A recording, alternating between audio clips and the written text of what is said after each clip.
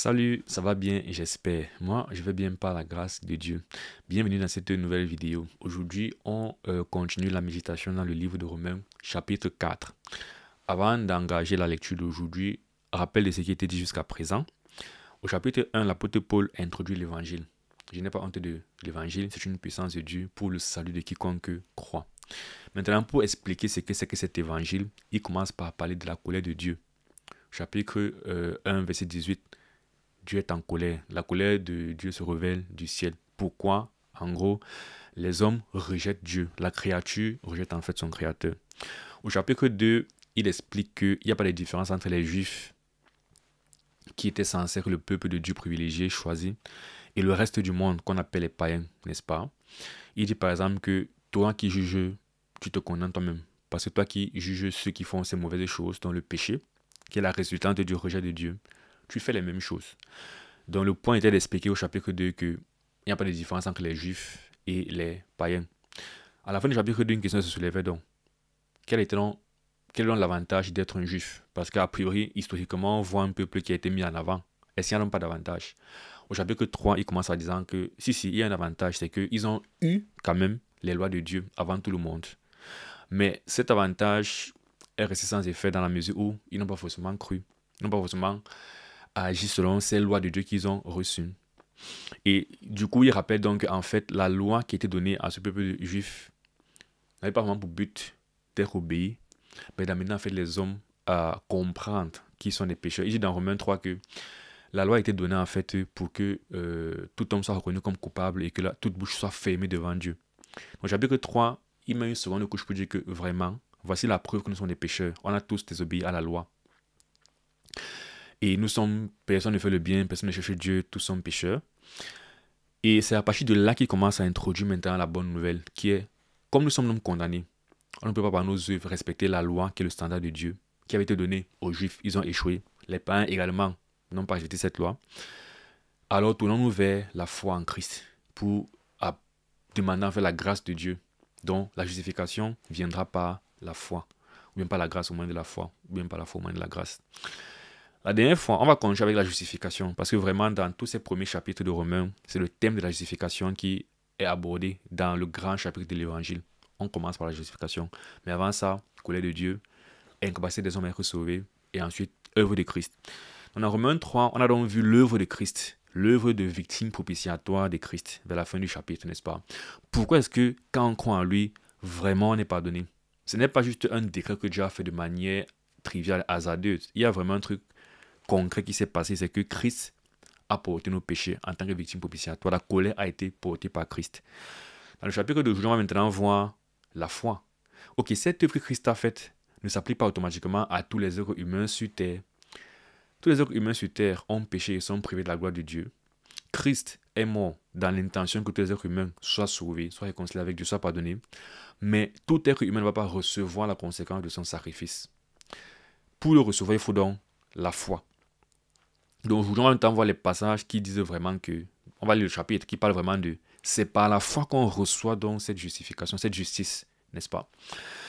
Donc ça c'était pour le contexte et comme je disais au début de cette série, c'est un livre qui est vraiment un développement. C'est pourquoi je prends le temps au début de chaque vidéo de rappeler ce qui a été vu précédemment. Parce que Paul est en train d'expliquer quelque chose. Les chapitres ne sont pas détachés, sont vraiment liés. Donc il faut garder ce fil au moment où on avance. Comme d'habitude, première lecture, on fait une lecture générale sans commenter les versets. Juste pour que ceux qui n'ont peut-être pas lu Romains 4 récemment reprennent un peu le fil de la lecture. Et ensuite, on va faire une seconde lecture où on va s'attarder sur chaque verset. Du moins les versets, autant que le Seigneur nous inspire, quoi. Donc, que dirons-nous donc qu'Abraham, notre père, a obtenu selon la chair? Si Abraham a été justifié par les œuvres, il a sujet de se glorifier, mais non devant Dieu. Car, que dit l'Écriture? Abraham crut à Dieu et cela lui fut imputé en justice. Or, à celui qui fait une œuvre, le salaire lui est imputé non comme une grâce, mais comme une chose due. Et à celui qui ne fait point d'œuvre, mais qui croit en celui qui justifie l'impie, sa foi lui est imputée à justice. De même, David exprime le bonheur de l'homme à qui Dieu impute la justice sans les œuvres. Heureux ceux dont les iniquités sont pardonnées et dont les péchés sont couverts. Donc là, c'est David qui parle. Et ici, dans le psaume 32, qu'on a lu la dernière fois dans le chapitre 3, je pense. Heureux l'homme à qui le Seigneur n'impute pas son péché. Ce bonheur n'est-il que pour les circoncis ou est-il également pour les incirconcis? Quand nous disons que la foi fut imputée à justice à Abraham, comment donc lui fut-elle imputée? Était-ce après ou avant sa circoncision? Il n'était pas encore circoncis, il était incirconcis. Et il reçut le signe de la circoncision comme sceau de la justice qu'il avait obtenu par la foi quand il était incirconcis, afin d'être le Père de tous, les incirconcis qui croient, pour que la justice leur fût aussi imputée, et le Père des circoncis qui ne sont pas seulement circoncis, mais encore qui marchent sur les traces de la foi de notre Père Abraham quand il était incirconcis. En effet, ce n'est pas par la loi que l'héritage du monde a été promis à Abraham ou à sa postérité. C'est par la justice de la foi. Car si les héritiers ne sont pas la loi, la foi est vaine et la promesse est anéantie.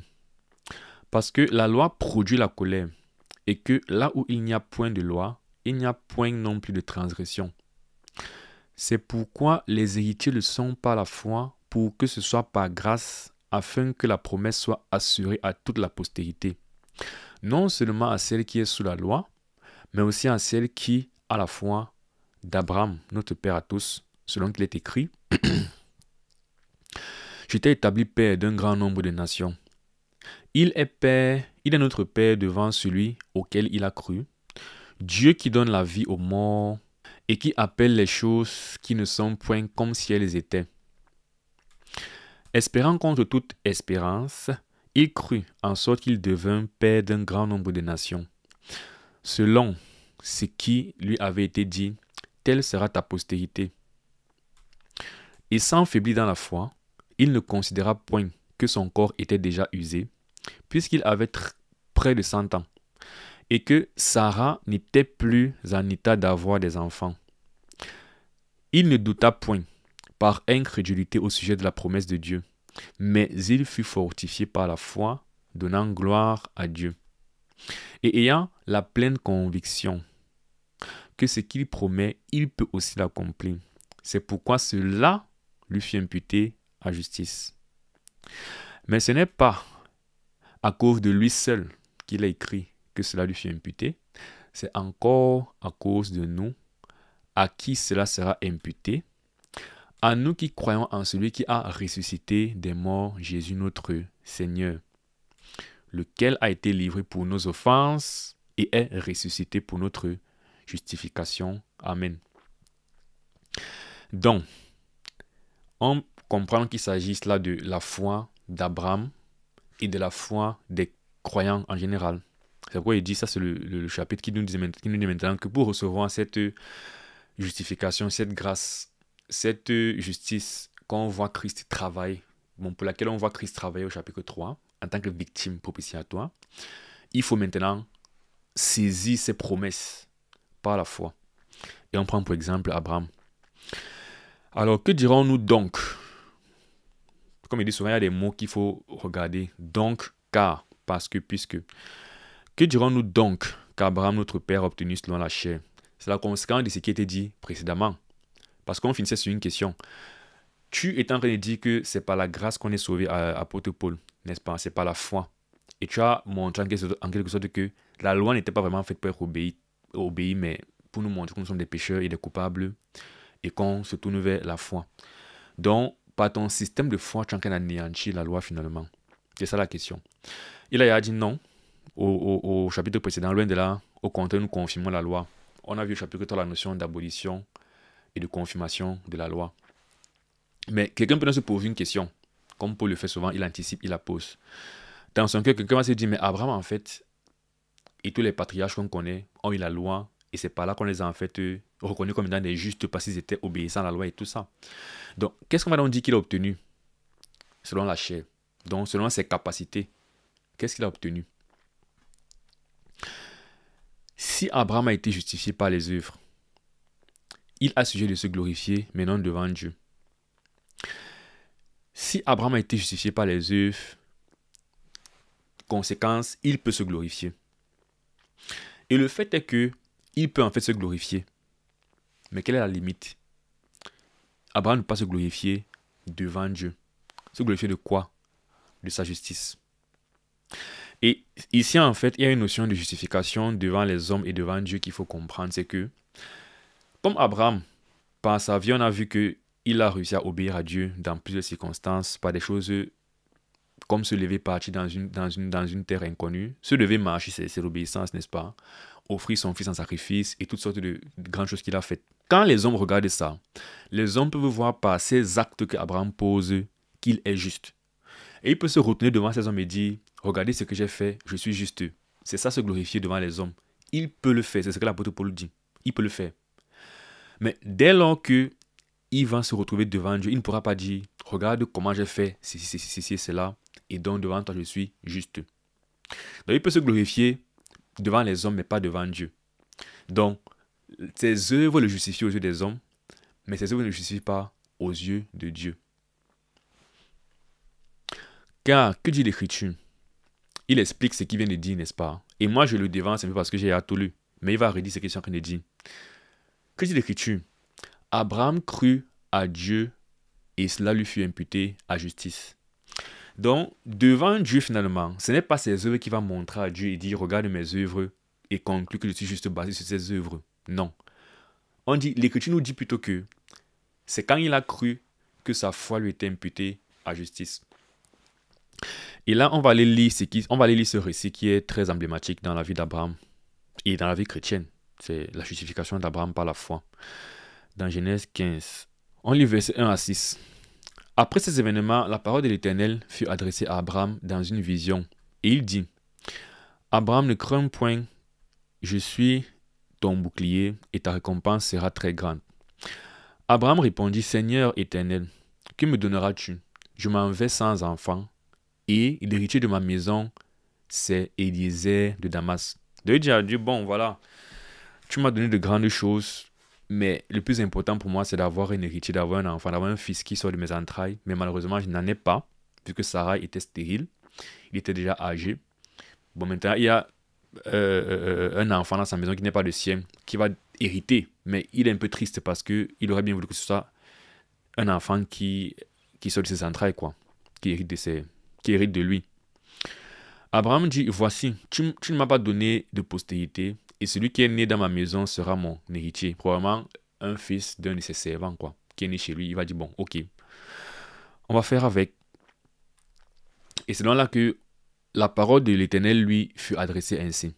Ce n'est pas lui qui sera ton héritier, mais c'est celui qui sortira de tes entrailles qui sera ton héritier. Donc ce n'est pas, voilà, cet enfant qui n'est pas né de toi, mais un enfant sortira de toi en fait, et c'est lui qui va finalement être hérité de toi. Voici une promesse qui est en train d'être faite à Abraham. Et après l'avoir conduit dehors, il dit, regarde vers le ciel et compte les étoiles si tu peux les compter. Et il dit, telle sera ta postérité. Voilà la promesse une fois de plus. Et donc, comment Abraham répond à cette promesse? Parce que Abraham est déjà âgé, Sarah est stérile. C'est pourquoi lui, il est déjà en train de dire à Dieu que bon, clairement, il est en train de faire une requête à Dieu. Mais c'est une requête où il est un peu en train de reconnaître quand même les évidences qui sont contre lui. Donc il dit à Dieu, bon, je constate simplement que voilà comment on va finir cette affaire. Je n'aurai pas d'enfant. Et donc Dieu lui fait maintenant une promesse à laquelle il a le choix entre dire, je ne vois pas comment ça va arriver, ne pas croire, ou dire, tu es Dieu, je vais croire en toi.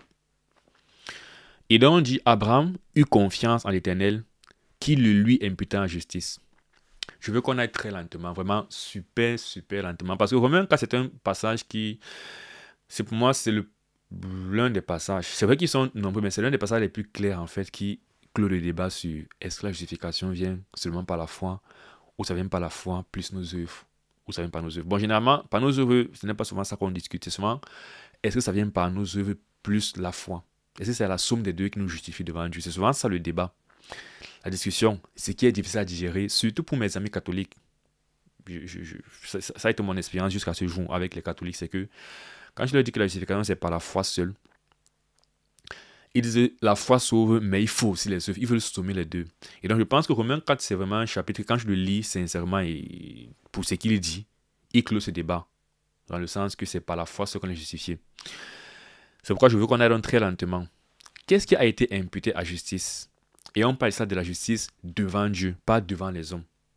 Et c'est la justice devant Dieu qui nous fait entrer au ciel. Parce que si, aux yeux de Dieu, déjà, tu es déclaré comme juste, c'est fini. Qui va encore te condamner? Comme Paul dira plus tard, que si Dieu me justifie, qui va me condamner? N'est-ce pas? Donc, si Dieu a dit au ciel que moi je suis juste, peu importe ce que les hommes disent de moi, je vais partir au ciel. Cependant, je peux me comporter bien devant les hommes. Et les hommes me déclarent juste. Ils disent, ah, tu fais de grandes choses, tu es injuste. Aux yeux des hommes, aux yeux de Dieu, pardon, je ne suis pas encore juste, alors j'irai en enfer. Donc la grande question, c'est comment je fais pour obtenir la justice devant Dieu? Et ici, on a la réponse, n'est-ce pas? On dit, cela qui lui imputait en justice, le est mis pourquoi ici là? La foi. Abraham crut.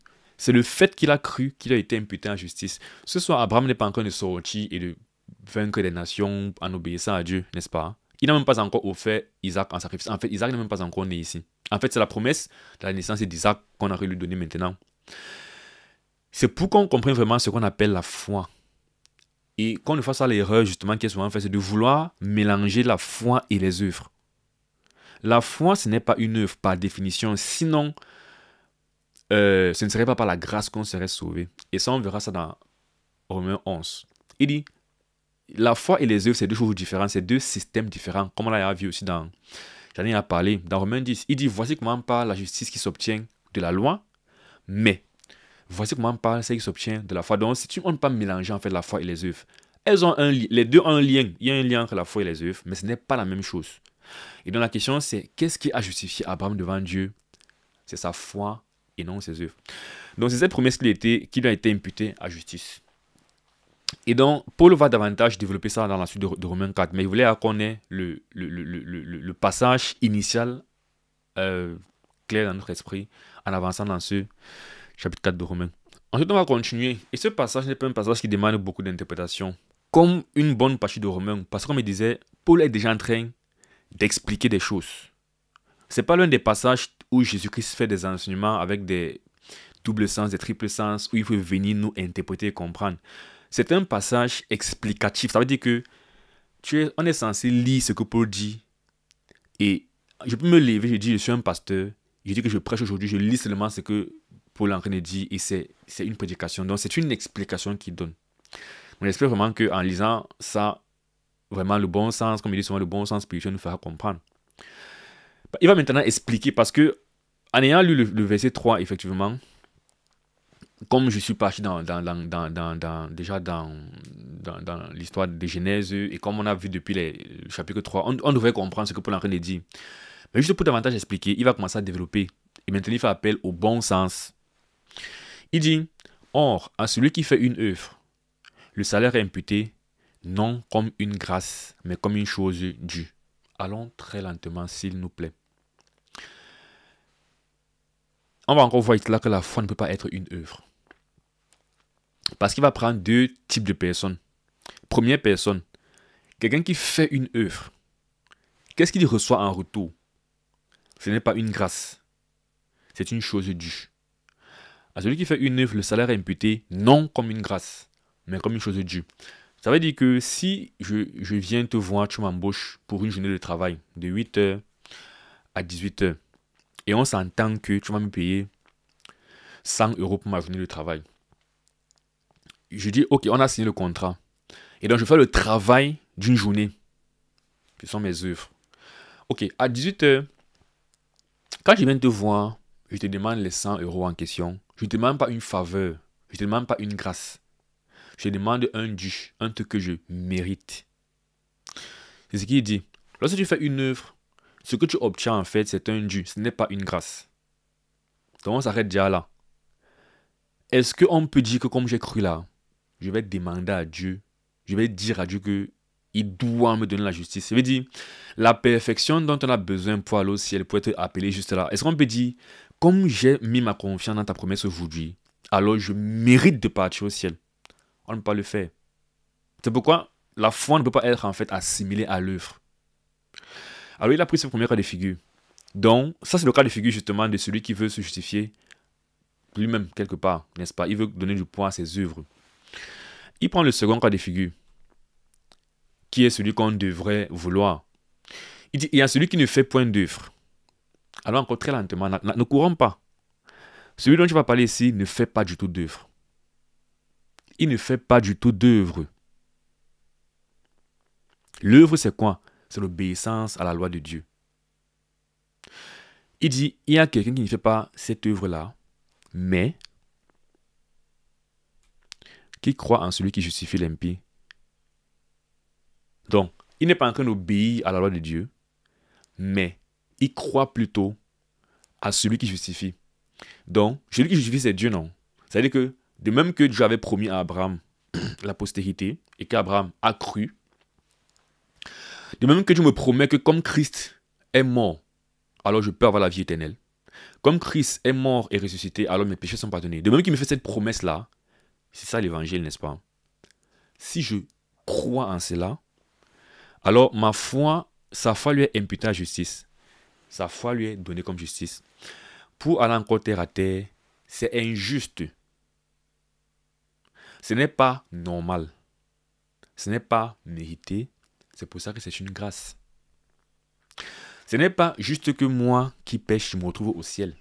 C'est ça le paradoxe en fait avec l'évangile. Mais comme Christ a payé pour mes péchés, je peux me retrouver au ciel. La justice maintenant, comme on voit au chapitre 3, n'est-ce pas, de Dieu qui est manifesté dans l'évangile, c'est que s'il m'avait laissé partir au ciel, tout simplement comme ça, sans que personne ne paye pour mes péchés, il aurait été injuste. Mais comme Christ a payé pour mes péchés, Dieu n'est pas injuste. Il peut me laisser partir au ciel en restant juste. Il peut me justifier. Il peut être juste tout en justifiant celui qui a la foi.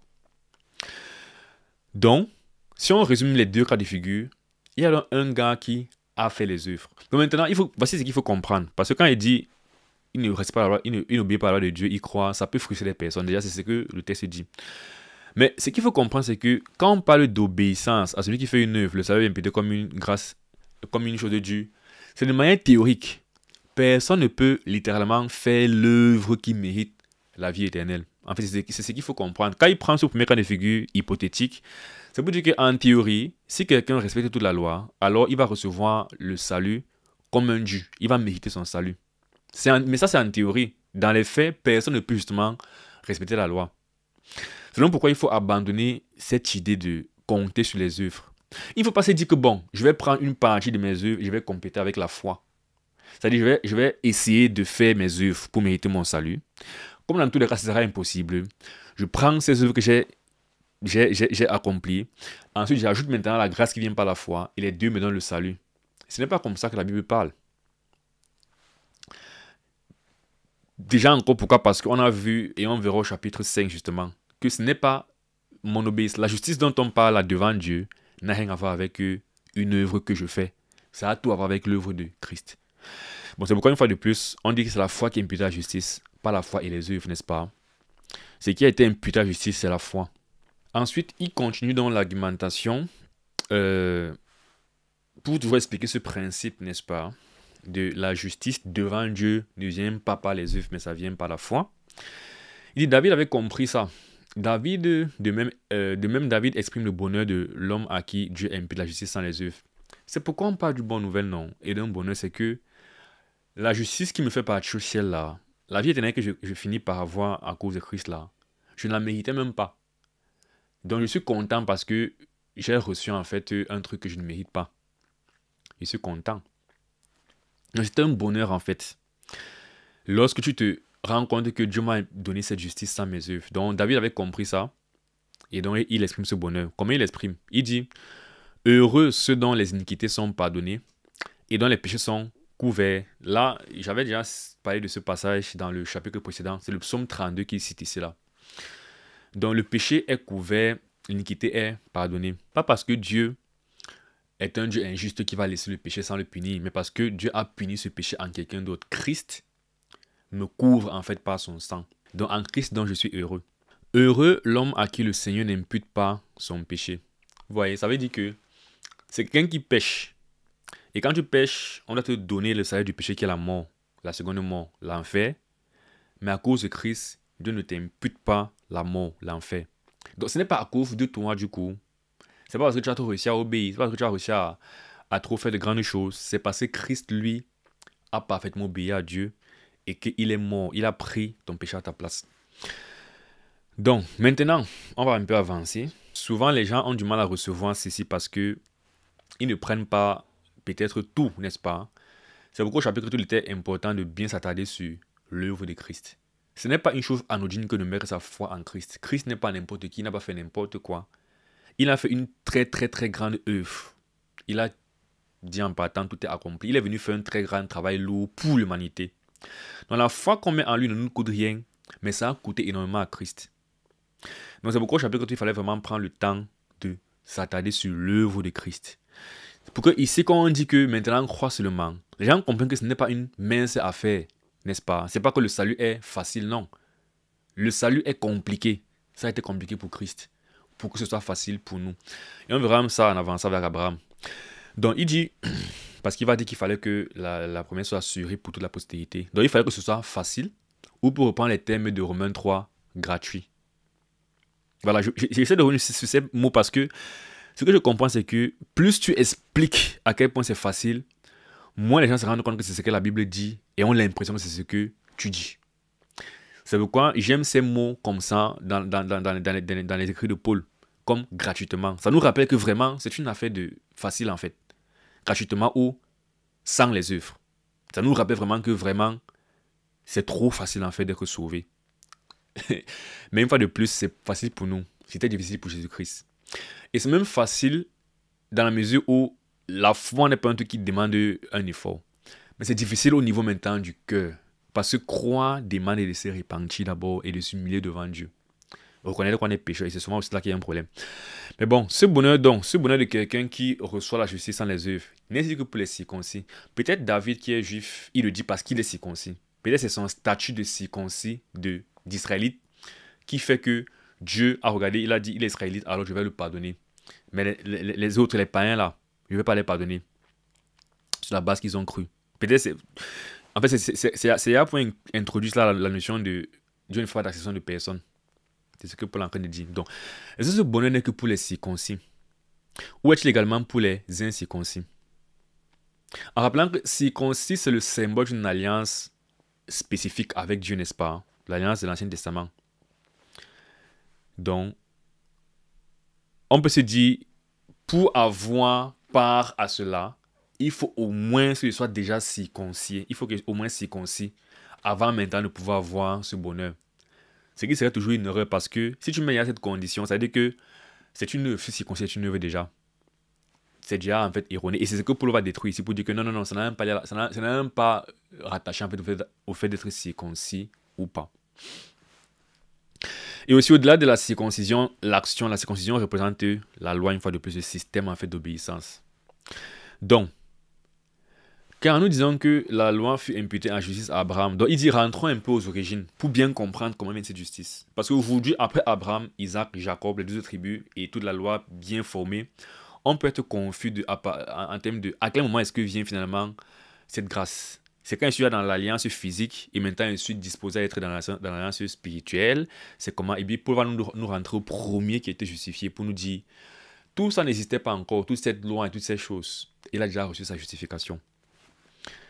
Donc, il explique donc comment donc lui fut-elle imputée. Une fois de plus, on parle de la justice de Dieu. Comment a-t-il été déclaré juste au point de mériter le ciel ou bien au point de pouvoir entrer au ciel devant Dieu? Comment ça lui a été imputé? Était-ce après ou avant sa circoncision?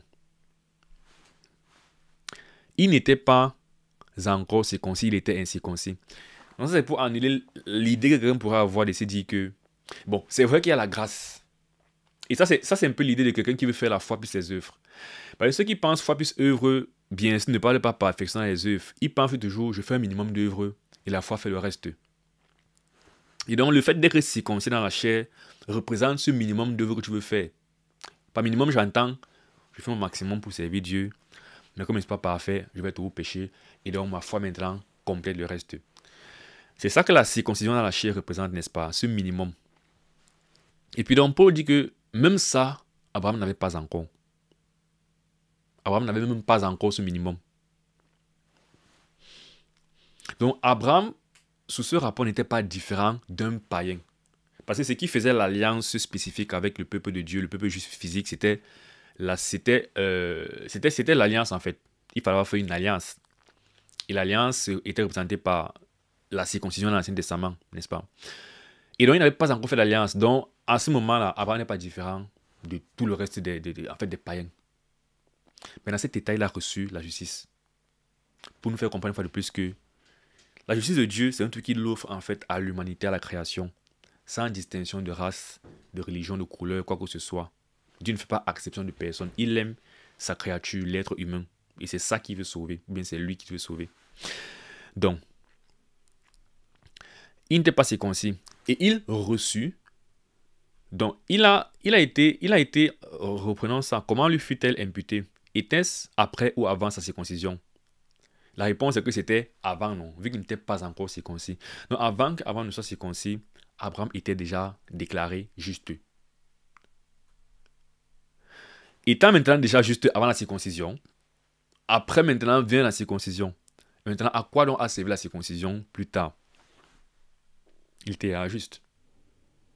C'est comme quelqu'un qui dirait, si tu me dis que c'est la foi qui me sauve, à quoi donc ça sert de faire les œuvres qui viennent après? Tout ce qui est fait après là, c'est à quoi? Puisque la grâce m'a sauvé, je suis sauvé, pourquoi encore faire des œuvres? Ce qui vient après la justice, c'est à quoi? Donc forcément, tu as tort, c'est après mes œuvres finalement qu'on verra si vraiment il peut partir au ciel.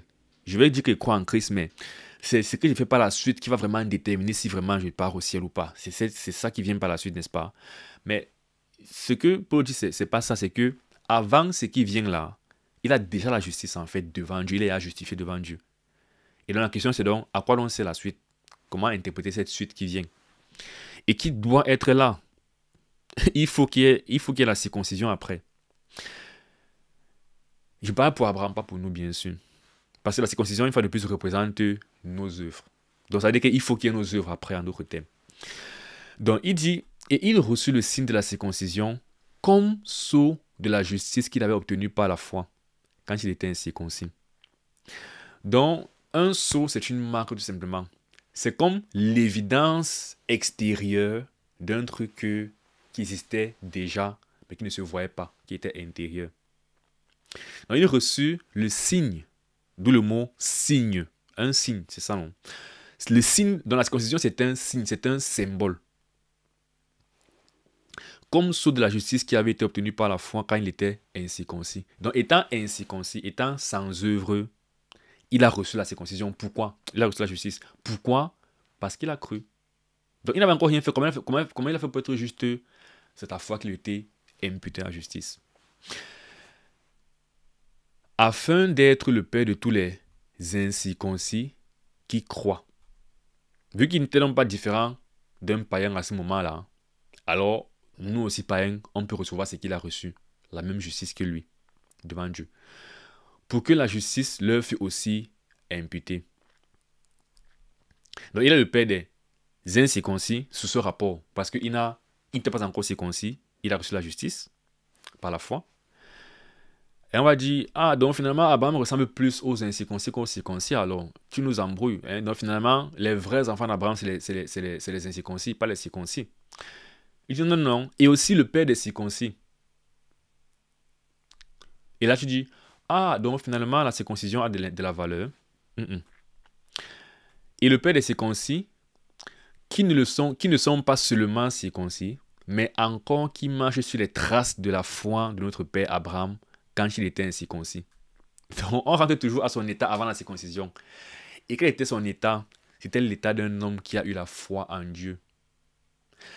Donc, si donc, même en étant circoncis, ce qui importe, c'est tout de rentrer à la foi, ça démontre par là que la circoncision n'a pas d'importance. Puisque les incirconcis sont les enfants d'Abraham par la foi, n'est-ce pas?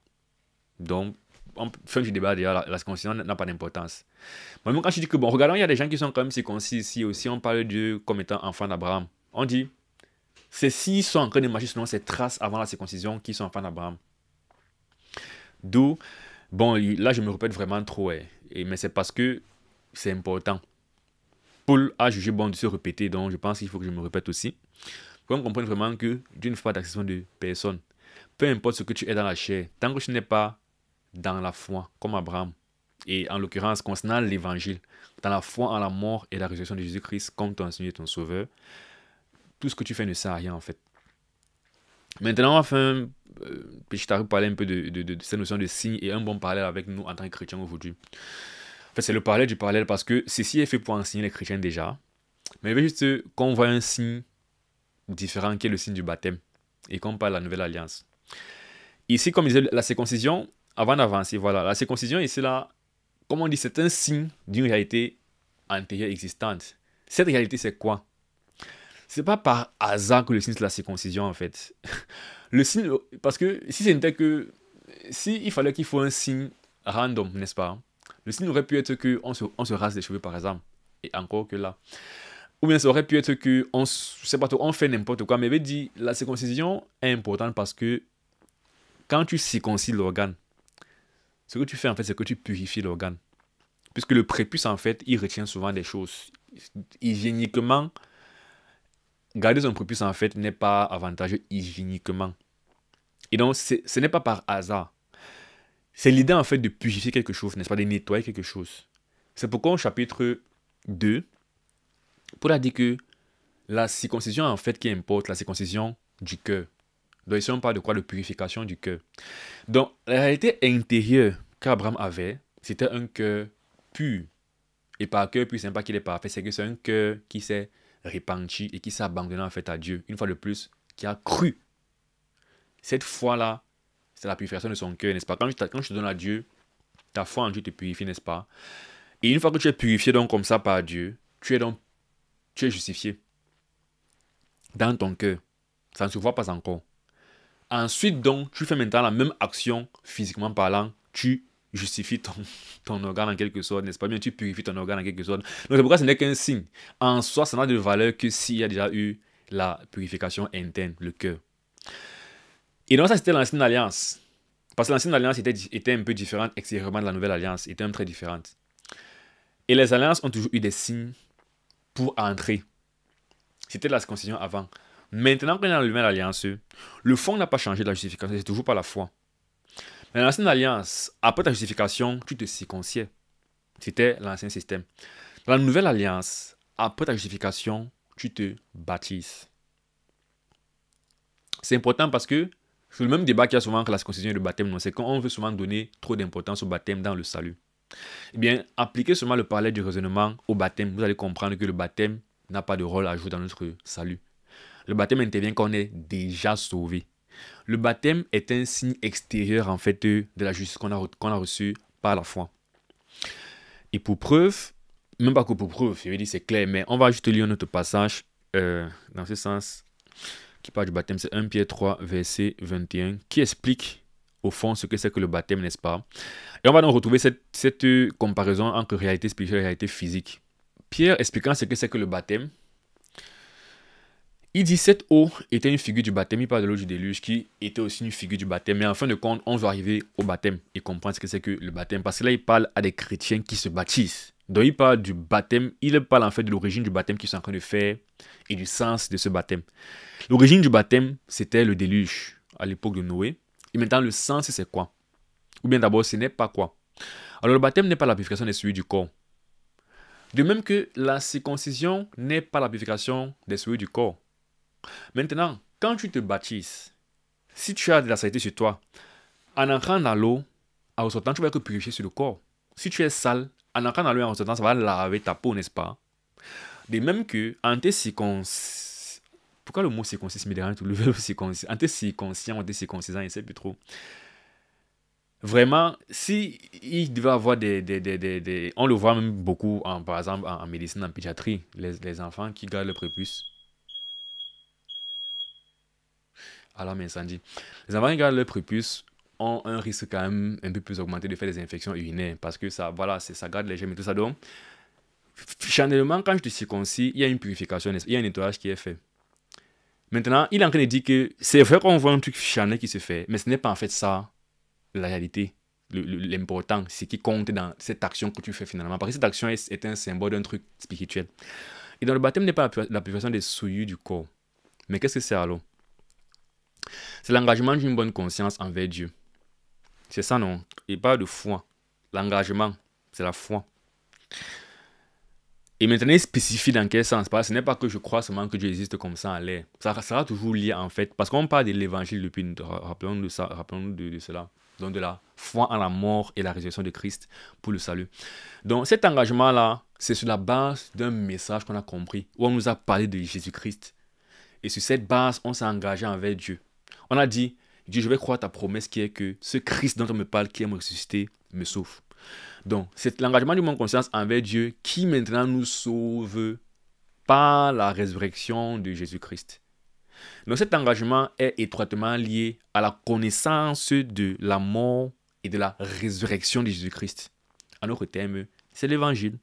C'est quand tu prêches l'évangile, tu comprends l'évangile. Est-ce que tu vas renoncer en fait à toi, à tes conceptions, à tout ce que tu connaissais concernant la justice, le monde, concernant même Dieu? Si tu avais des idoles par exemple, est-ce que tu vas renoncer à ces idoles pour croire que Dieu est le seul vrai Dieu et que son Messie, et que tu dois passer par Christ pour être sauvé? Je pensais que bon, il fallait ta foi et les œuvres, que tu vas renoncer à ça pour seulement recevoir Christ. Donc c'est vraiment tout cet état d'esprit avec lequel tu vas vers le message de l'évangile, qui est un état d'esprit d'abandon et d'espérance en cette réalité seulement. Alors c'est ça qui te sauve. Parce que c'est basé sur le fait que Christ est mort et ressuscité pour te sauver. Donc, de la même façon donc que la circoncision n'est pas la purification des souillures du corps, mais c'est l'engagement d'une bonne conscience qui a sauvé Abraham avant que plus tard il a fait le signe de la circoncision. Voilà, j'espère que comme ça, c'est beaucoup plus simple, plus clair. Donc, on va continuer. Et by the way, tout ça, c'est des choses qui se passent à la nouvelle naissance. La justification se passe à la nouvelle naissance. Ou bien la nouvelle naissance est un phénomène surnaturel qui se passe dans la vie de quelqu'un qui est quitté de non sauvé à sauvé. Mais dans cette nouvelle naissance, effectivement, se retrouve la justification de son âme, se retrouve la génération de son cœur et de son esprit, il se retrouve la sanctification. Et donc, ces passages sont étroitement liés. Quand Pierre parle du baptême, c'est lié aussi à la nouvelle naissance, parce que justification. Et quand on parle de circoncision, la purification du cœur, c'est aussi ça la nouvelle naissance en fait, n'est-ce pas? Quand on voit la promesse d'Ézéchiel, je mettrai en vous un esprit nouveau, j'ôterai le cœur de pierre, je mettrai un cœur de chair. C'est cette transformation du cœur qui est la circoncision, qui est la nouvelle naissance. Donc tout ça est étroitement lié. Donc, on continue. En effet, ce n'est pas par la loi que l'héritage du monde a été promis à Abraham ou à sa postérité. C'est par la justice de la foi. On connaît la grande promesse qui est que toutes les nations de la terre seront bénies en ton nom.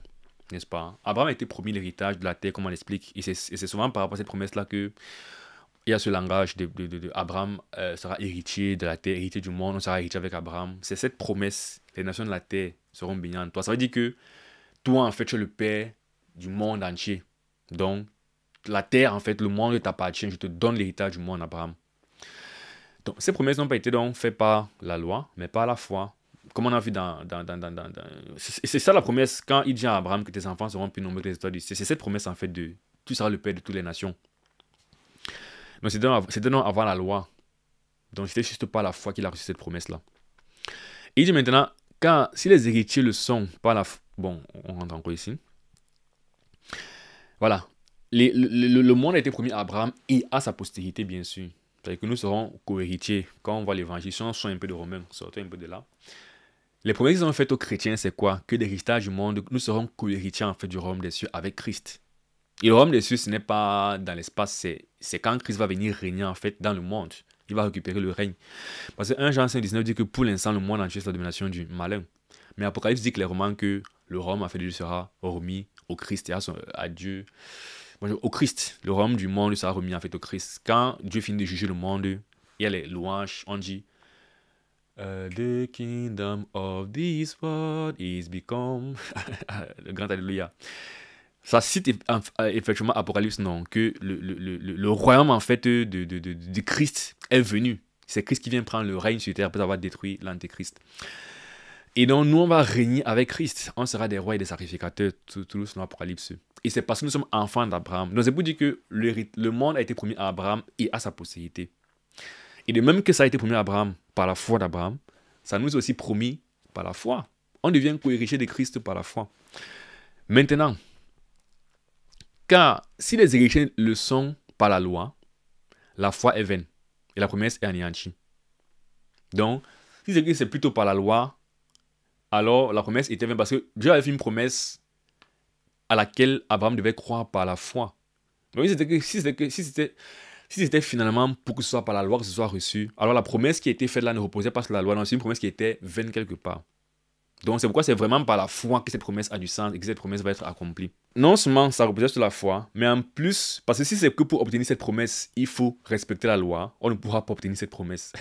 Parce que cette loi, on ne pourra pas y obéir, mais au contraire, qu'est-ce qu'elle produit? Il dit, parce que la loi produit la colère. Et là où il n'y a point de loi, il y a un point non plus de transition. On ralentit encore. Vraiment, ça c'est un passage très puissant. En retravaillant ce passage, j'ai davantage compris un autre passage de la Bible qu'on va lire dans quelques instants. Mais d'abord, parlons de la colère. Parce que la loi produit la colère. Pourquoi la loi produit la colère? C'est la colère de qui que ça produit? C'est pas la nôtre, bien sûr. C'est la colère de Dieu que la loi produit.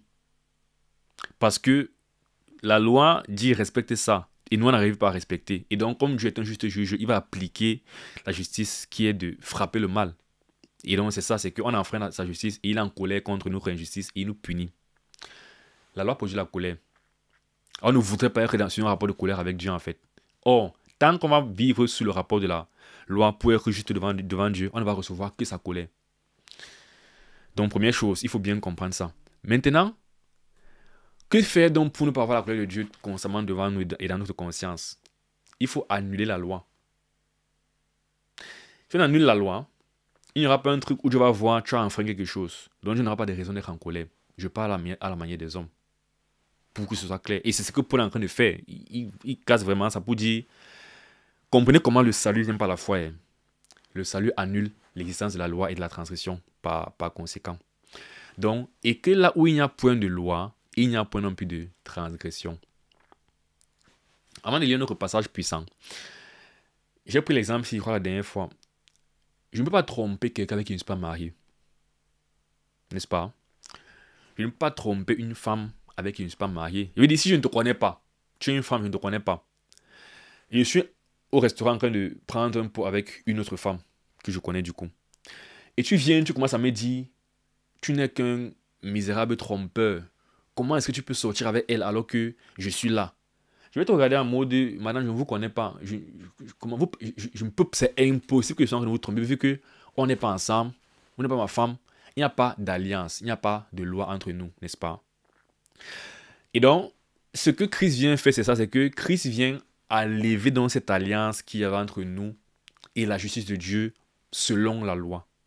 Il détruit ça, du coup, il n'y a plus un truc à partir duquel Dieu peut nous arrêter. Et donc, il n'y a plus de transgression possible, en fait. Ce n'est pas moi qui dis, c'est Paul qui dit, il n'y a point de loi, là où il n'y a point de loi, il y a point de transgression. Je pense qu'il prendra plus tard, mais comme on en parle déjà, je vais en parler, l'exemple que, tant que je suis marié avec quelqu'un, je suis arrêté, je suis quelque part saisi par la loi, n'est-ce pas? Mais si la personne meurt, alors je suis libéré en fait de cette alliance, de ce contrat.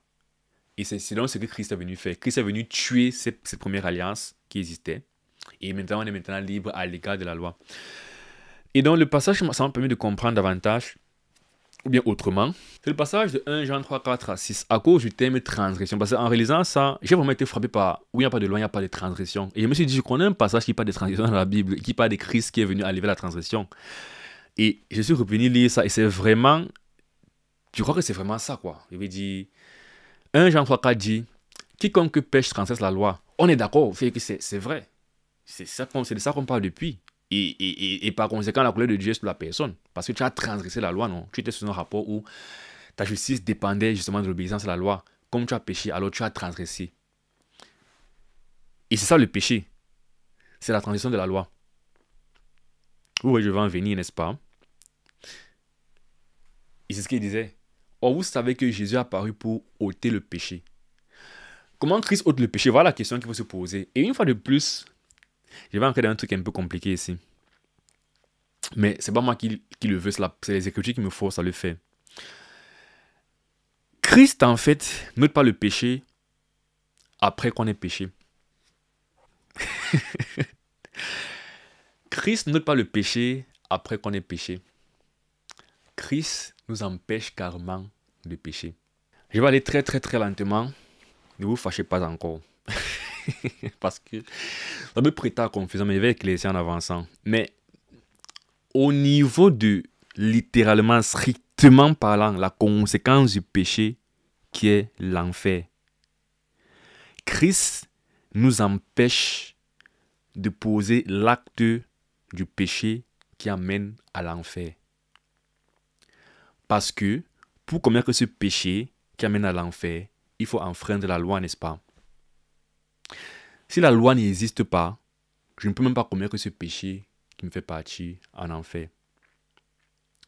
Ça, c'est la première application en fait de l'évangile et de la justification. Et c'est pourquoi l'évangile, en fait, de bien l'alliance en Christ est une alliance qui nous assure la vie éternelle, qui nous assure le salut, qui nous assure la justification. Du coup, là, la question qui va venir, c'est: tu veux dire quoi par là, Yvan? Donc, si demain maintenant je pêche, je n'ai pas vraiment péché, il n'y a pas vraiment un problème. Il y a un problème. C'est pourquoi il faut maintenant comprendre la notion justement de prémisse, perfection. Je prends d'abord un exemple pour expliquer ça. Lorsque je nais de nouveau, est-ce que la Bible t'appelle saint?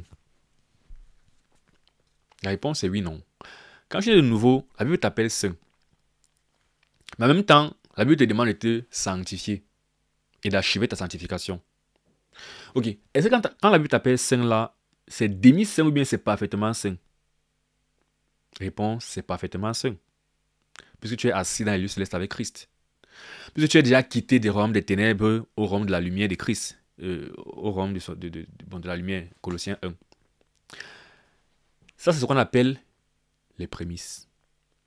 Je ne sais pas si le bon thème c'est prémices, mais j'ai toujours compris ça comme ça. Ça dit que la conséquence initiale, mais en même temps parfaite de ton salut, c'est ta perfection parfaite. Tu es vraiment parfait en Christ. Tu es un saint. Tu es sans tache. Tu es sans rien. C'est tout le principe de ta justice ne vient pas de tes œuvres, mais de ceux de Christ. Ton identité devant Christ, ton identité devant Dieu n'est pas ce qu'on voit là avec les imperfections, mais c'est la justice de Christ qui te couvre. Voilà ta nouvelle identité, ton homme intérieur, parfait. En fait, même si on remonte un peu plus haut, Jean dit ceci: bien-aimés, nous sommes maintenant enfants de Dieu, c'est ton identité. L'enfant de Dieu ne peut pas avoir le péché sur lui, il est parfait. C'est ça que j'appelle prémisse. Et ce que nous serons n'a pas encore été manifesté. Voici maintenant le problème, non? Parce que tu vas me dire, mais je vois toujours que je pêche et vraiment je pêche. C'est donc ça, c'est que ce que tu es là à l'instant où j'étais justifié n'est pas encore manifeste. Mais c'est vrai en fait, ta perfection. Mais ça sera manifeste à un moment donné, quand on verra Christ face à face, n'est-ce pas? Mais nous savons que lorsque cela sera manifesté, nous serons semblables à lui, parce que nous le verrons tel qu'il est. Donc là, c'est la fin du monde, on entre dans l'eschatologie un peu plus, mais c'est un peu expliquer la notion de prémisse perfection. Ce qu'il veut dire, c'est que, de la même façon que quand tu crois que tu es déjà un saint, mais tu dois maintenant faire quoi? Vivre dans... C'est un peu comme s'il y avait... Je sais pas comment expliquer ça, mais j'espère qu'on se comprend. Tu es un saint appelé à être saint. C'est comme ça qu'on peut mettre ça simplement. Et c'est même le langage de la Bible. Tu es déjà un saint, mais tu es appelé à devenir saint en même temps. Les deux sont vrais en même temps, en fait. Mais, et ce n'est pas que le fait que tu es un saint est conditionné par ta marche actuelle. Tu es déjà vraiment saint. mais en même temps, tu vas forcément te sanctifier. Et c'est aussi là c'est pourquoi il dit, c'est important de parler de ces notions ensemble, de la justification et de la régénération et de la sanctification, parce que ça n'existe pas quelqu'un qui devient vraiment saint comme ça et qui vit toute sa vie dans le péché jusqu'à ce qu'il meurt dans le péché. Ça c'est pas normatif ça. Vraiment, si on me dit que ça existe, je vais dire que c'est l'exception. Mais je vais dire, quand tu lis les textes, en fait, il y a aussi une marche qui sied à la vie d'un saint, n'est-ce pas? Mais on reconnaîtra que nous ne sommes pas... Nous avons différents niveaux d'échec dans cette marche de sanctification et de sainteté. Donc, ce n'est pas vraiment dans la manière dont on réussit à être parfait sur notre vie sur terre après le salut qu'on vient compléter quoi que ce soit sur notre état devant Dieu, notre salut, quoi. Le salut, il est parfait par la foi en Christ. Et c'est pour ça, une fois de plus, que c'est une folie. Parce que c'est trop beau pour être vrai, en fait. C'est toute la folie de l'évangile. Mais c'est que ta foi, vraiment, te rend parfaitement saint. Mais tu as appelé à être saint, à te sanctifier. Donc tu vas continuer à marcher et à grandir pour devenir ce que tu es censé être en Christ. Je prends aussi le langage de 2 Corinthiens qui dit, nous sommes transformés de gloire en gloire en l'image de Christ, en fait. Pourquoi il prend le terme miroir? Parce que quand j'entends miroir, je te dis, je me vois, n'est-ce pas? Eh bien, tu vois Christ dans le miroir. Mais tu vois ce que tu es censé être. Ou bien tu vois ton homme intérieur parfait au ciel dans le miroir. Tu vois Christ. Mais ton homme intérieur, finalement, revêt la justice de Christ. Et pendant que tu le vois, c'est ce que tu es vraiment au ciel. Toi aussi, jour après jour, tu es en train de marcher. Aujourd'hui encore, peut-être tu m'entends beaucoup. Et après 2 ans, c'est bon avec le mensonge. Après, c'était l'impudicité. Après, c'est bon. Après, c'était la cupidité. Après, c'est bon. Et tu es en train de te sanctifier, n'est-ce pas? Mais si tu meurs avant de devenir, entre guillemets, parfait, ce que tu ne seras même jamais d'abord, ta sainteté qui est au ciel, en fait, n'a pas changé de 2 secondes. Tu es toujours parfait. Bon, c'était donc pour expliquer la notion de prémisse perfection, c'est que il y a une réalité qui est parfaite. Maintenant, on vit notre réalité. Eh bien, c'est la même chose avec le péché. C'est que Christ, en fait, pour mon état devant Dieu concernant le péché, je ne pêche même pas, en fait. Bon, c'est la même chose qu'il était en train de dire quand il disait que ton état devant Dieu ne change pas finalement à la fin de ta vie, n'est-ce pas?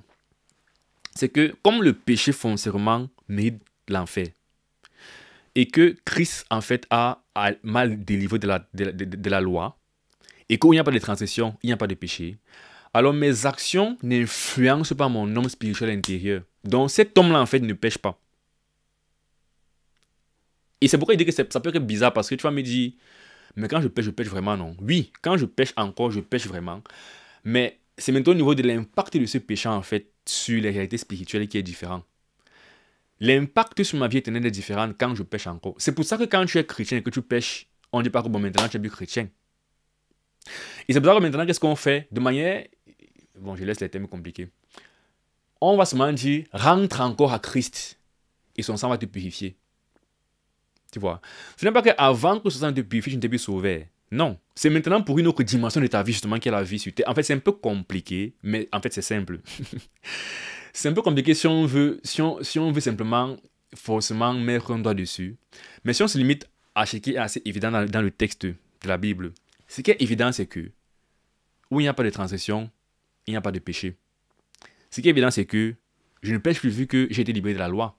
On a vu ça dans Romains. Et c'est même pourquoi, justement, quand il disait que j'ai davantage compris ce passage, c'est parce que, en lisant Romains, c'est ce que je comprenais en déduisant, n'est-ce pas? Et puis, Jean va dire ce que je comprenais déjà, en fait. Et que j'interprétais différemment avant, mais je vais ajouter ça à cette interprétation de ce que Jean dit ici. Jean dit donc, vous savez que Jésus est apparu pour ôter les péchés. Et il n'y a point en lui de péché, en Christ. Et donc, voici ce que je suis en train de dire. Il dit, quiconque demeure en lui ne pêche point. C'est ce que je suis en train de dire, c'est que si je suis en Christ, c'est impossible que je pêche, vu que il n'y a pas de loi, il n'y a pas de transgression, il n'y a une parole de péché, vu que je suis en Christ. Je suis en Christ, je ne suis pas dans la loi, il n'y a pas de loi. Donc je ne peux pas pécher, en fait. Tandis que quiconque pêche ne l'a pas vu et ne l'a pas connu. Si tu n'es pas en Christ, alors forcément, tu es sous la loi de...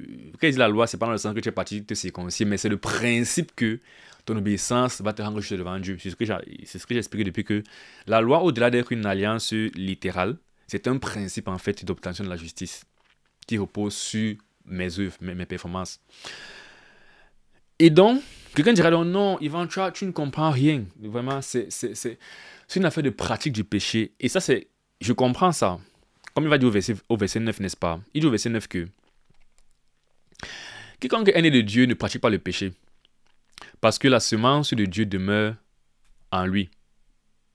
Et il ne peut pécher parce qu'il est né de Dieu. Mais une fois de plus, il faut aller lentement. C'est que ce que Jean a dit en haut est un peu différent de ceci. J'explique comment. L'aspect pratique du péché, justement, c'est ce que j'appelais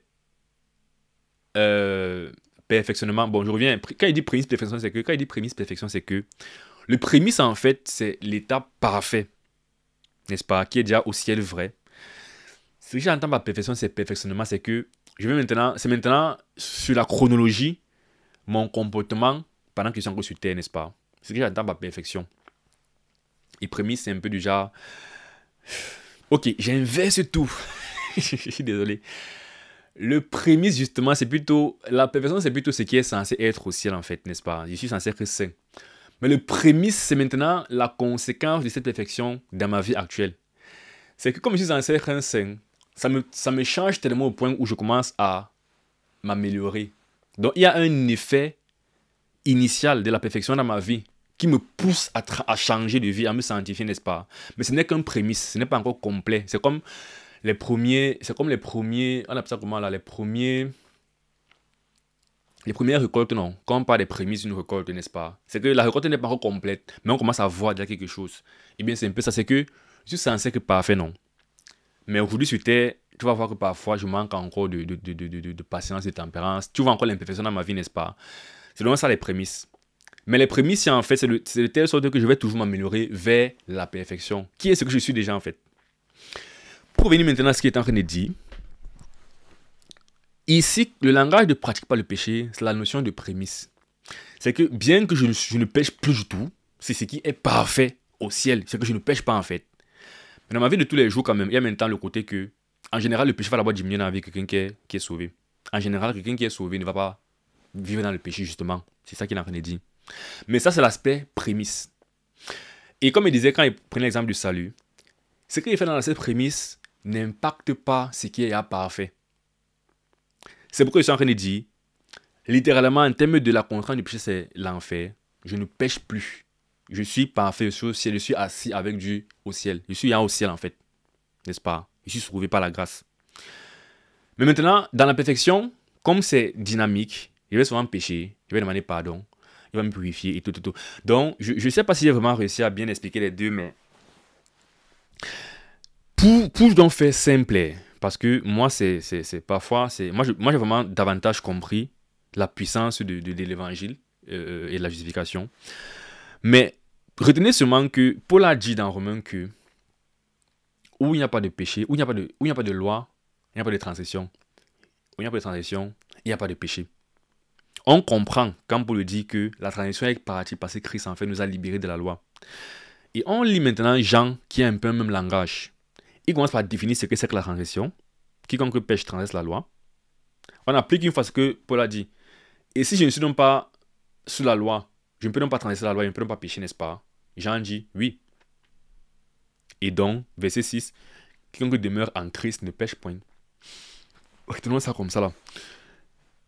Mais la dernière chose quand même, c'est que même ici, quand il parle de pratique du péché, il parle encore des deux. Il dit quiconque est né de Dieu ne pratique pas le péché parce que la semence de Dieu demeure en lui. Ça, c'est la notion prémisse. C'est qu'il y a quand même une action de la perfection que tu es censé avoir qui est en toi. C'est la régénération. Peut-être il faudra que je fasse une vidéo sur la régénération plus tard, mais c'est ça. La régénération fait que tu n'as plus le cœur de quelqu'un qui est dans le monde. Donc forcément, ton rapport au péché est différent. Tu vas commencer à marcher dans la lumière, n'est-ce pas? Mais le péché que tu commences à cet instant-ci n'est pas le péché qui est celui qui conduit à la mort en termes de tu pars en enfer. Parce que sur ce rapport-là, en fait, tu n'es pas sous la loi, en fait. Donc Dieu ne peut pas en fait te condamner basé sur le péché que tu as commis parce que tu ne transgresses rien. Et donc après avoir utilisé le thème de la pratique du péché, on va parler du mode de vie, n'est-ce pas? Il revient encore sur l'action ponctuelle. Il ne peut pas pécher. Là, il n'a pas parlé de ne peut pas pratiquer le péché, il dit ne peut pas pécher. C'est cette action ponctuelle. Comme il a dit au départ que quelqu'un de Dieu ne pêche pas. Il n'a pas dit quiconque de Dieu ne pratique pas le péché au début. n'est-ce pas? Ici, ne pêche point. Donc, c'est très catégorique en fait. Genre, c'est impossible de pécher. C'est pourquoi, une fois de plus, c'est une notion qu'il faut vraiment pouvoir comprendre. Prémisse, perfection. Dans le langage de la perfection, tu ne pêches littéralement point, vu que tu n'es plus sous la loi, donc tu ne transgresses pas de loi, donc tu ne pêches pas. Mais dans le contexte de perfection, pardon, tu ne pêches pas. Mais dans le contexte des prémices, c'est une réalité qui est progressive en même temps pendant que tu es encore sur terre. Et donc, on va quand même voir le péché dans ta vie. Mais ce n'est pas le péché qui envoie en enfer. Bref, je me répète déjà trop. Bon, on revient donc au verset 15. On le relit en gros, après être parti très dans les détails, on le relit. Parce que parfois c'est bien de ressortir un peu et de reprendre l'image globale, n'est-ce pas, qui est plus claire. Parce que la loi produit la colère. Et que là où il n'y a point de loi, il n'y a point non plus de transgression. C'est pourquoi les héritiers le sont par la foi pour que ce soit par la grâce, afin que la promesse soit assurée à toute la postérité. On s'arrête d'abord là, pas pour durer, mais juste pour dire que c'est de ce que je parlais en disant que comme c'est devenu aussi facile que ça, la foi, alors c'est une chose qui est sûre. Mais si on partait sur la loi, ça devait être compliqué et difficile et incertaine. C'est pourquoi il a dit que si c'est par la loi, la promesse en fait sera vaine, parce que personne ne va réussir à avoir cette promesse. Parce que c'est difficile, c'est impossible en fait. Mais comme c'est par la foi, ou bien la raison pour laquelle ça devait être par la foi, c'était pour que la promesse soit assurée, non, à toute la postérité. Et une fois de plus, quand on dit postérité, ce n'est pas quelque chose de figé. C'est toute personne qui va venir s'inscrire dans le comportement d'Abraham. Donc, toute personne qui aura la foi devient la postérité. Donc, c'est une façon de dire que c'est pour que les hommes qui veulent le salut, bien qui acceptent le salut, soient vraiment sauvés en fait. Donc, quand on dit que la promesse soit assurée à toute la postérité, c'est un peu pour dire que pour toute personne qui va vouloir vraiment être sauvée, puisse certainement être sauvée. Parce que ce sera facile. Il suffira seulement de se repentir et de recevoir la vérité, non, l'évangile, ce que Dieu dit, quoi. Toute personne qui ne reçoit pas l'évangile ne peut pas être sauvée, en quelque sorte. Bon, si tu veux le beurre, là, du beurre, c'est que tu ne veux pas vraiment le beurre, c'est ce qu'il veut dire. Donc, en gros, si tu veux en même temps être sauvé, mais tu veux garder en fait tes termes du salut, donc tu ne renonces pas à tes termes ou prendre les termes de Dieu, alors tu peux crier comme tu veux, que tu souhaites être sauvé et tout. On va seulement comprendre que si tu voulais tellement être sauvé, tu allais renoncer à tout pour avoir ce salut. Donc, ça veut dire renoncer à toi-même, à ta justice et à tes croyances erronées, à tes idoles, à ta fausse religion, tout ça, pour venir à Dieu. Donc, quand il dit qu'il parle de quelqu'un qui veut, c'est quelqu'un qui veut au point où il est prêt, comme Christ a dit, à renoncer à tout, même à lui-même. Même au fait qu'il peut offrir quoi que ce soit à Dieu. Même au fait que j'étais musulman, on m'a toujours enseigné que c'est comme ça, il faut croire en machin, que je renonce à ça. J'étais juif, je sais que c'est la loi, Jésus n'est pas fils de Dieu, bon, je renonce à ça, je vais recevoir que le fils de Dieu. J'étais athée, je renonce à ma rébellion, et je finis par accepter que Dieu existe et que Christ. Donc, c'est ça en fait que j'appelle vouloir. Et donc, toute personne qui veut comme ça, va croire et va assurément hériter des promesses. Et donc, non seulement, à toute la postérité, donc, non seulement celle qui est sous la loi, pour revenir en quoi, Dieu ne fait pas d'acception de personne.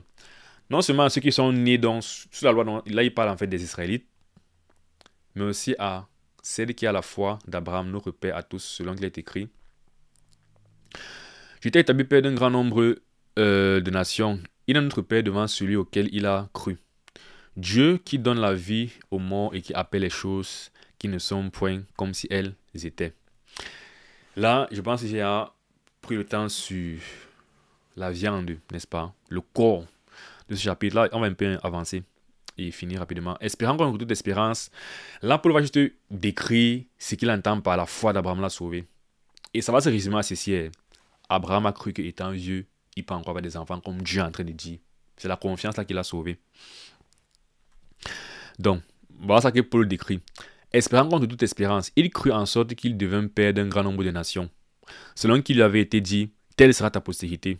C'est pourquoi je disais qu'il fallait qu'on lise ce récit après lequel il y a ce fameux passage, Abraham crut, cela lui fit imputer la justice. C'est un récit où on parle de la promesse que Dieu fait. Et c'est Abraham qui croit en cette promesse. Et dans l'autre évangile, ça c'était l'évangile d'Abraham. C'était la promesse. Donc évangile aujourd'hui, la promesse, elle est un peu dite différemment. Elle dit ceci. Si tu crois, si tu confesses, comme Paul le dit même, de ta bouche que Jésus-Christ est Seigneur, si tu crois dans ton cœur que Dieu l'a ressuscité des morts, tu seras sauvé. Voilà la promesse maintenant que Dieu nous fait. Donc croire dans le cœur que j'ai ressuscité des morts, c'est tout un bagage. Il faut maintenant comprendre qu'il a dû mourir. Pourquoi il a dû mourir? Parce que je suis pécheur. Donc il y a une étape de repentance. J'accepte que je suis pécheur. C'est vrai, je reconnais, je m'humilie. On continue. Qu'est-ce qu'on dit par la suite? Ok, comme tu es pécheur et qu'il est venu et qu'il est mort, il est aussi ressuscité. Ça prouve qu'il est le Fils de Dieu. Il est puissant. Il a vaincu la mort. Waouh! Et si tu crois, comme lui, tu vas vaincre la mort. Ok, je crois en ça. Voilà maintenant comment nous on est sauvés. Et sans faiblir dans la foi, il ne considéra point que son corps était usé, puisqu'il avait près de 100 ans et que Sarah n'était plus en état d'avoir des enfants. Comme pour nous, on dit, voici ce que la raison lui disait. Il n'a pas géré la raison, il s'est fondé sur la foi. L'autre raison nous dit ceci. C'est trop facile de me dire que je ne fais rien, je pars au ciel. C'est trop facile de me dire que... ou bien c'est trop facile dans un sens, ça c'est la raison. Il y a un peu comme un choc. On parle de folie pour les Grecs. L'autre choc, c'est plutôt dans le sens que... Donc, tu me dis que tout le monde a tort, ce n'est que Christ qui sauve. Non, il y a moyen que ceux qui croient en autre chose soient aussi sauvés, non. Que c'est pas possible. Ça, c'est que le bon sens te dit un peu quelque chose, non. Que c'est pas possible que des milliards de personnes se soient trompées en allant dans l'islam. Ou bien des millions en allant dans le judaïsme. Ou bien des millions en allant dans telle fausse religion, n'est-ce pas? C'est un peu ce côté de... Ça se passe plus dans... Vous voyez qu'en fait, le combat n'était même pas trop dans l'action à faire, mais c'est plus dans recevoir, en fait, la vérité, bien recevoir la notion qu'on est en train de t'apporter, la réalité qu'on est en train de t'exposer. C'est aussi pourquoi quand on parle de l'évangile dans Jean 1, on parle de ceux qui ont reçu. C'est vraiment une affaire de réception, de confesser que ce que Dieu dit est vrai et je m'aligne avec ça, n'est-ce pas? J'approuve ce message, je m'engage dans ce message, j'y mets mon espérance. C'est un problème d'espérance. Donc, avant, c'était ça son défi, c'était de réaliser que waouh, je suis vieux. Waouh, Sarah, non seulement elle est stérile, mais en plus, elle n'est plus en âge. Il conque toute espérance. Hein? Sans faiblir dans la foi, il ne considéra point que son corps était déjà âgé, puisqu'il avait près de 100 ans et que Sarah n'était pas en état d'avoir des enfants. Il ne douta point par incrédulité au sujet de la promesse de Dieu.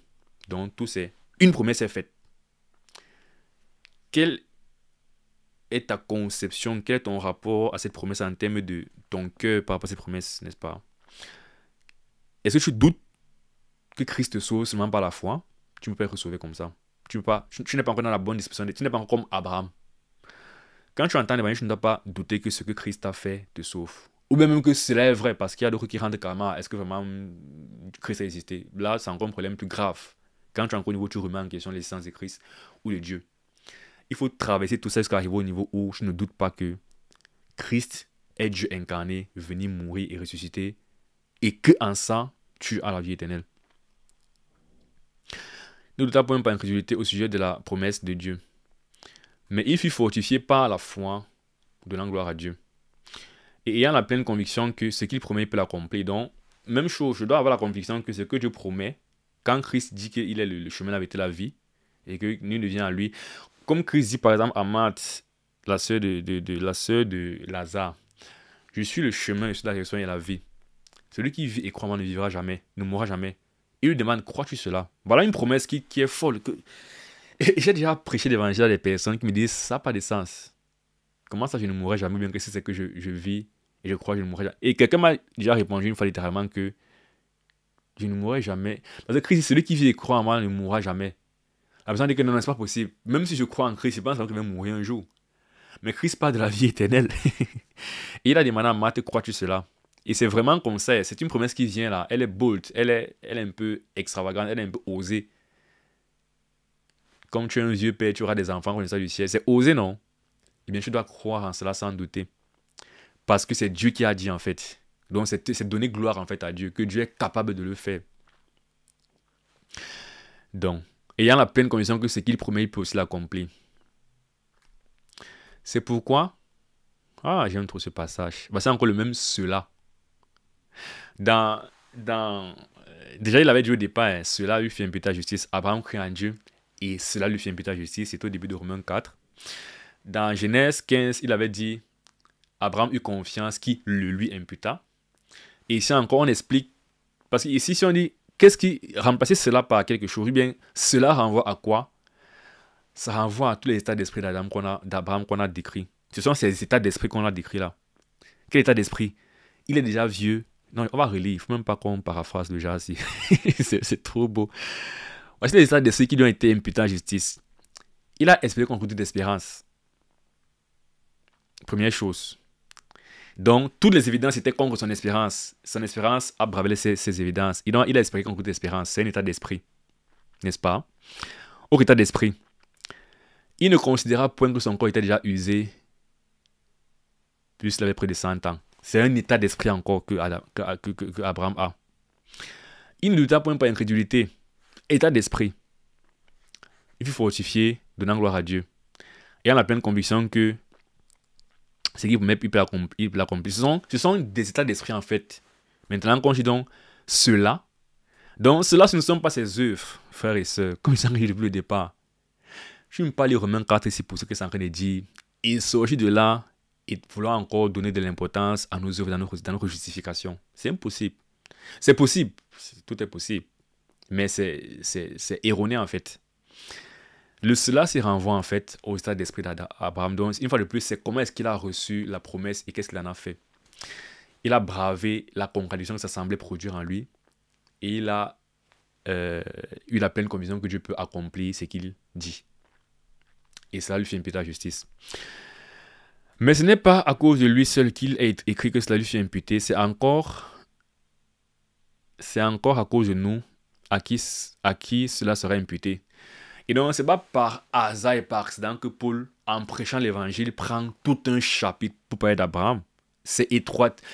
Le salut d'Abraham n'est pas différent du nôtre. Donc, quand il finit maintenant de bien expliquer ce qu'Abraham a fait, il a dit, vous avez vu ce qu'Abraham a fait?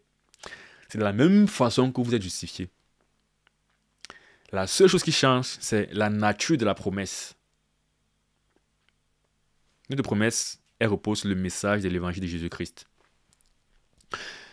Donc c'est encore à cause de nous à qui cela sera imputé, à nous qui croyons en celui qui a ressuscité des morts, Jésus-Christ notre Seigneur. Donc à chaque fois qu'on parle de justification et de foi, on introduit toujours la résurrection en fait de Christ. Parce que c'est sa mort et sa résurrection qu'on fait le chapitre 3, victime propitiatoire. C'est ça qui fait, c'est ça le travail en fait fort. C'est pourquoi vraiment quand Christ meurt à la croix, il dit tout est accompli. Ça se jouait quand il marchait sur terre jusqu'à la croix. Tout a été joué. Donc maintenant on n'a plus qu'à croire en cela. Donc lequel a été livré pour nos offenses et il est ressuscité pour nos justifications. Une fois de plus la résurrection. Il est livré pour nos offenses dans le sens qu'on pêche. On doit être livré, non. Il est livré. Mais s'il ne ressuscitait pas, il y aurait un gros problème. Est-ce que vraiment on peut avoir confiance en lui pour vaincre la mort? Parce que la mort nous attend tous. Et quand il ressuscite donc, on dit « Oh, il a vaincu la mort ». Et donc par conséquent, on peut lui faire confiance. Et donc par conséquent, littéralement aussi, notre espérance en lui nous fait vaincre la mort. N'est-ce pas? Et on a la promesse qu'on ressuscitera aussi comme lui à la fin, un jour. Ceci, c'est la fin de ce chapitre. Très, très, très puissant comme d'habitude. Je rends grâce à Dieu. Parce qu'une fois de plus, j'ai compris encore un nouveau truc en préparant cette vidéo. C'est cette notion de... Bon, je l'avais déjà lu bien sûr, mais ça m'a frappé différemment aujourd'hui. Le fait que où il n'y a pas de loi, il n'y a pas de transgression. Et où il n'y a pas de transgression, il n'y a pas de péché. Et Jean dit là-bas que celui qui est comme Dieu ne pêche pas. Donc ne transgresse pas la loi. Pourquoi? Parce que quand tu es en Christ, tu n'as plus la loi. Tu n'as plus un tour à transgresser, donc tu ne peux pas pécher. Chapitre suivant, j'allais dire qu'un de mes meilleurs, mais finalement, ce n'est pas un de mes meilleurs chapitres dans ce livre. Mais ce qui est bien, c'est qu'il parlera encore de la justification toujours. Et il va maintenant étaler vraiment d'où vient la justice. Et parler du fait que, regarde ce qu'Adam a fait, voilà la conséquence. Regarde ce que Christ a fait, voilà la conséquence. Et dans toute cette argumentation, il n'y aura jamais nos œuvres. Mais on parlera de notre justice qu'on obtient. Et non, une fois de plus, la justification vient des œuvres de Christ et non des nôtres. Merci d'avoir regardé cette vidéo jusqu'à la fin. J'espère qu'elle te bénira. Et je prie qu'elle te bénisse et qu'elle t'encourage davantage à lire la Bible. Parce que c'est ça premier but de cette série, c'est d'encourager les gens à lire la Bible, mais aussi surtout qu'elle te fait davantage apprécier Christ, en fait, notre Seigneur et Sauveur, et Dieu, de manière plus générale, son œuvre son amour pour nous, parce que comme on voit, il a fait les choses ainsi pour que la promesse soit assurée aux héritiers de la promesse. Donc pour qu'on puisse avoir un salut sûr. Donc, on se retrouve dans une prochaine vidéo. Que Dieu te bénisse. Porte-toi bien d'ici là. Ciao.